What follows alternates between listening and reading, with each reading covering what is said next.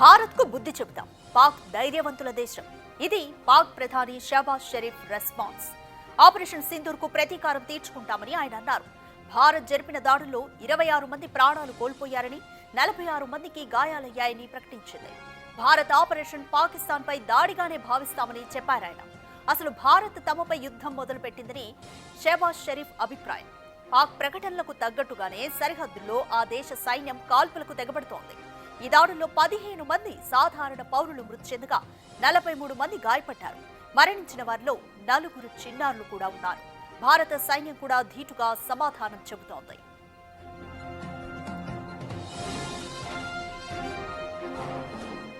పాక్ దుశ్చర్యలతో సింధూర్ 2 కూడా ఉండే ఛాన్స్ ఉంటుందని అంచనాలున్నాయి.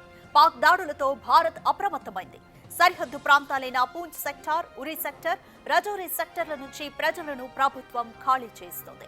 సరిహద్దు ప్రాంతాల ప్రజలను బంకర్లలో తలదాచుకోవాలని ప్రభుత్వం ఆదేశించింది. పంజాబ్, రాజస్థాన్లలోని సరిహద్దు జిల్లాల్లో విద్యా సంస్థలకు ప్రభుత్వాలు సెలవులు ప్రకటించాయి. సరిహద్దు జిల్లాల్లోని ప్రజలు సురక్షిత ప్రాంతాలకు వెళ్తున్నారు.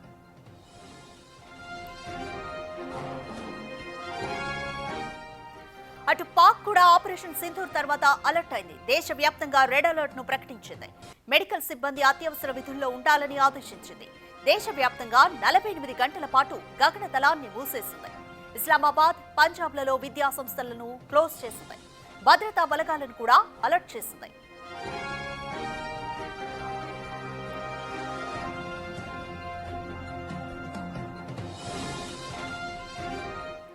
మోర్ డీటెయిల్స్ మా ప్రతినిధి శివ అందిస్తారు. శివ, ఆపరేషన్ సింధూర్ తో 2 దేశాలు కూడా ఇంకా అప్రమత్తమయ్యాయి. ఇండియా అయితే సరిహద్దు గ్రామాల్ని అలర్ట్ చేస్తుంది, ప్రజలకి ఎమర్జెన్సీ సిచ్యువేషన్ ని విధిస్తుంది. అలాగే అటు పాక్ కూడా దేశం మొత్తం కూడా రెడ్ అలర్ట్ ని ప్రకటించింది. 2 దేశాల పరిస్థితి కంప్లీట్ ఇంకా ఏ విధంగా ఉంది? రాధిక, సింధూర్ ఎఫెక్ట్తో ఆపరేషన్ సింధూర్ ఎఫెక్ట్తో ఇంకా పాకిస్తాన్ వణుకుతున్న పరిస్థితి కనిపిస్తోంది. ఒకవైపు భయపడుతూనే మేము టార్గెట్ చేస్తామంటూ కూడా ప్రధానంగా వారు చెప్తున్నారు. మొత్తంగా చూసుకుంటే ఏదైతే ఆపరేషన్ సింధూర్తో అక్కడ ఉగ్రవాద స్థావరాల టార్గెట్గా భారత ప్రభుత్వం కానీ ఇటు ఆర్మీ, నేవీ, ఎయిర్ ఫోర్స్ సంయుక్తంగా ఈ దాడిని చేశాయి. అయితే ఈ దాడిలో ఉగ్ర స్థావరాలు ఏవైతే ఉన్నాయి, ఉగ్రవాద స్థావరాలు 9 స్థావరాలను 5 ప్రాంతాల్లో టార్గెట్ చేసి రాఫెల్ జెట్స్ అలాగే ఆత్మాహుతి డ్రోన్స్ ద్వారా భారత్ అటాక్ చేసింది. దీంట్లో ఏదైతే జైషే మహమ్మద్ చీఫ్ ఎవరైతే ఉన్నారో ముసార్ అజార్కు సంబంధించిన ఫ్యామిలీ, వారి కుటుంబ సభ్యులు, సోదరి, వారి భావ, అలాగే వారి కుటుంబ సభ్యులు, మరోవైపు వారి అనుచరులు 4, మొత్తం 14 మంది ఒకే స్థావరంలో ఉన్న నేపథ్యంలో వారు చనిపోయారు.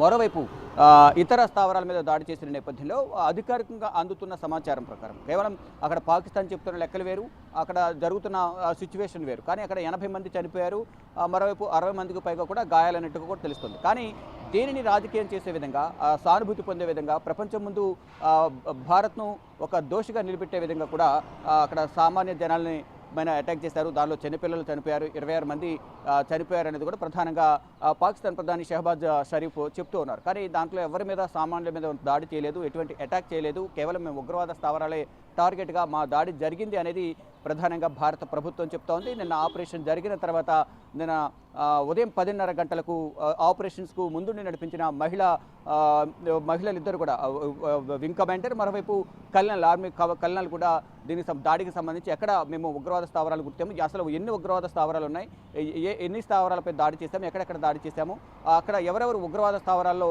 శిక్షణ పొందారు, గతంలో ఎవరు శిక్షణ పొందారు, గతంలో జరిగిన దాడులకు సంబంధించి అంతా కూడా వివరణ అయితే ఇచ్చారు. దానికి సంబంధించి మొత్తం 21 ఉగ్రవాద స్థావరాలను గుర్తించిన నేపథ్యంలో కేవలం 9 ఉగ్రవాద స్థావరాలు మాత్రమే అటాక్ జరిగింది. ఇక మిగిలిన 12 ఉగ్రవాద స్థావరాలపై త్వరలోనే దాడి ఉండబోతుంది. దానికి మరొక నామకరణం సింధూర్ 2 అనేది కూడా నామకరణం చేస్తారు. అదేవిధంగా ఆ అటాక్ జరగబోతుందని కూడా అందరూ భావిస్తున్నారు. నిపుణులు కూడా అదే అంచనా వేస్తున్న పరిస్థితి కనిపిస్తుంది. ఇక ఇప్పుడు దెబ్బతిన్న పాకిస్తాన్ ఏదో ఒక విధంగా భారత్పై ప్రతీకారం తీర్చుకోవాలి, వారికి ఏదో ఒక విధంగా బాధ కలిగే విధంగా చేయాలనే ఉద్దేశంతో సరిహద్దు ప్రాంతాల్లో ఉన్న సామాన్య ప్రజలపై దాడి చేయడంతో, గురుద్వారాపై దాడి చేయడంతో 15 మంది చనిపోయారు. దానిలో చిన్నారు 4 ఉన్నారు, 43 మంది పైగా గాయాలైన వారిలో కూడా కొంతమంది పరిస్థితి విషమంగా ఉన్నట్లు కూడా తెలుస్తుంది. వారికి ప్రజెంట్ ట్రీట్మెంట్ అందుతున్న పరిస్థితి కనిపిస్తోంది. ఇటు భారత్ కూడా ప్రతీకార దాడి, అంటే ఏదైతే పెహల్గాంలో ఉగ్రదాడి జరిగిందో దానికి గట్టి బుద్ధి చెప్తామని చెప్పారు. దానికి సంబంధించి ఉగ్రవాద స్థావరాలను, మరోవైపు ఆశ్రమించిన వారిని అందరినీ కూడా కఠినంగా శిక్షిస్తాము, ఆ ప్రాంతాన్ని తుడిచిపారేస్తామని తెలిపారు. అట్ ద సేమ్ టైం చెప్పినట్లుగానే అక్కడ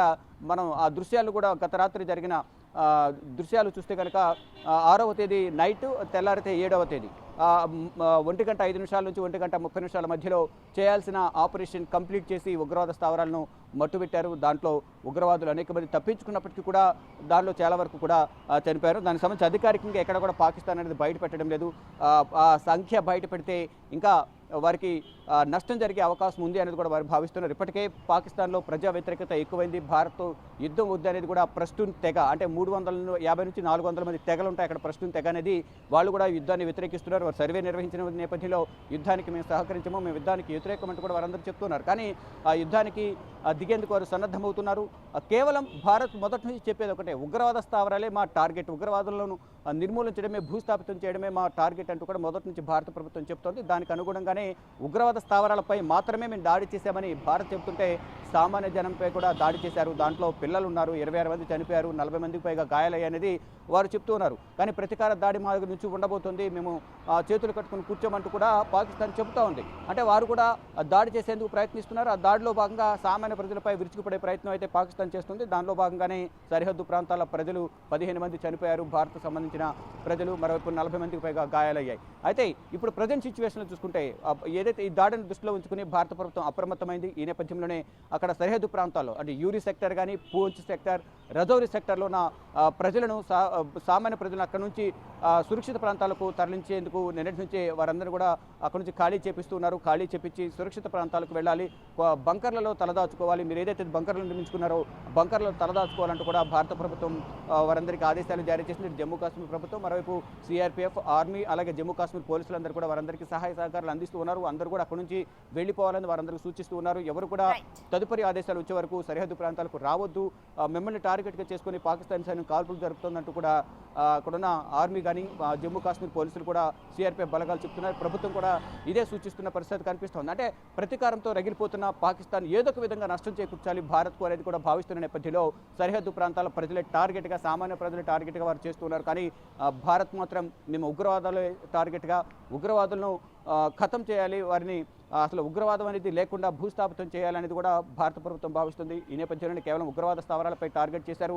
కానీ ఇంకా మిగిలిన 12 ఉగ్రవాద స్థావరాలు ఉన్నాయి. దాంట్లో ఉగ్రవాదులకు సంబంధించి జైషే మహమ్మద్ చీఫ్ కానీ, మరోవైపు లష్కర్ తోయిబా చీఫ్స్ ఎవరైతే ఉన్నారో వారి టార్గెట్గా మొత్తం ఈ దాడులు జరిగే అవకాశం అయితే కనిపిస్తుంది. కానీ ఎప్పుడు ఉండబోతుంది ఈ దాడి అనేది కూడా ఎవరు ఊహకు అందరి విధంగా కూడా ఈ దాడి జరిగే అవకాశం ఉంది. గతంలో ఏదైతే మనం రీసెంట్గా 6వ తారీఖు నైట్, తెల్లారితే 7వ తేదీని మాక్ డ్రిల్, అంటే నిన్న మాక్ డ్రిల్ జరగాల్సింది, అందరూ కూడా మాక్ డ్రిల్ మూడ్లో ఉన్నారు. కానీ భారత ప్రభుత్వం ముందుగా నిర్ణయించుకున్న ప్రణాళిక ప్రకారం రాత్రి సమయంలో అదును చూసి దెబ్బ కొట్టిన నేపథ్యంలో పాకిస్తాన్ ఇప్పుడు కోలుకోలేని పరిస్థితిలో ఉంది. కానీ అక్కడ మనం ప్రజెంట్ సిచ్యువేషన్ చూసుకుంటే కనుక ఎవరో భారత్ అక్కడ సైన్యం ప్రాణాలు కోల్పోయినట్లు, సాధారణ ప్రజలు ప్రాణాలు కోల్పోయినట్లు, అందరూ కూడా ఆర్మీ అంతా కూడా వెళ్ళి ఉగ్రవాదుల అంత్యక్రియలను, ఆసుపత్రికి వారిని పరామర్శించడం ఇదంతా జరుగుతుంది. దీన్ని చూసి ప్రపంచం అంతా కూడా తీవ్రంగా పాకిస్తాన్ పైన విమర్శలు గుప్పిస్తున్న పరిస్థితి కనిపిస్తూ ఉంది. అంటే వారు స్వాతంత్ర సమరయోధులు కాదు, ఆర్మీ సైనికులు కాదు, కానీ ఉగ్రవాదులకు ఆశ్రయం కల్పించి వారి అంత్యక్రియలో పాల్గొనడం కానీ, వారికి కుటుంబ సభ్యులను పరామర్శించడం, హాస్పిటల్కి వెళ్ళి పరామర్శించడం ఇదంతా ఎంతవరకు సమంజసం అంటూ కూడా అందరూ కూడా పాకిస్తాన్పై విమర్శిస్తున్న పరిస్థితి కనిపిస్తోంది. అంటే ఉగ్రవాదాన్ని ఏ విధంగా వెనుకుండి ప్రోత్సహిస్తుందో దాన్ని బట్టి అర్థమవుతుంది. ఇది పాకిస్తాన్ సైన్యం కనుసన్నలో ఉగ్రవాదులు పనిచేస్తున్నారనేది కూడా దాన్ని బట్టి అర్థమవుతుందంటూ కూడా అందరూ భావిస్తున్నారు. కానీ ఇది కరెక్ట్ కాదు, దీనికి ప్రతీకారం ఉండబోతుంది.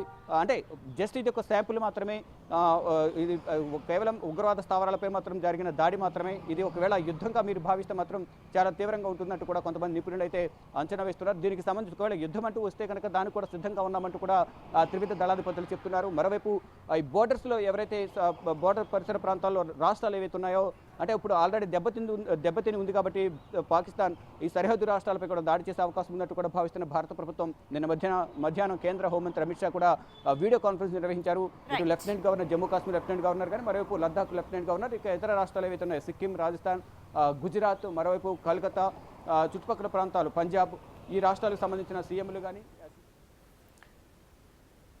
Thank you Shiva.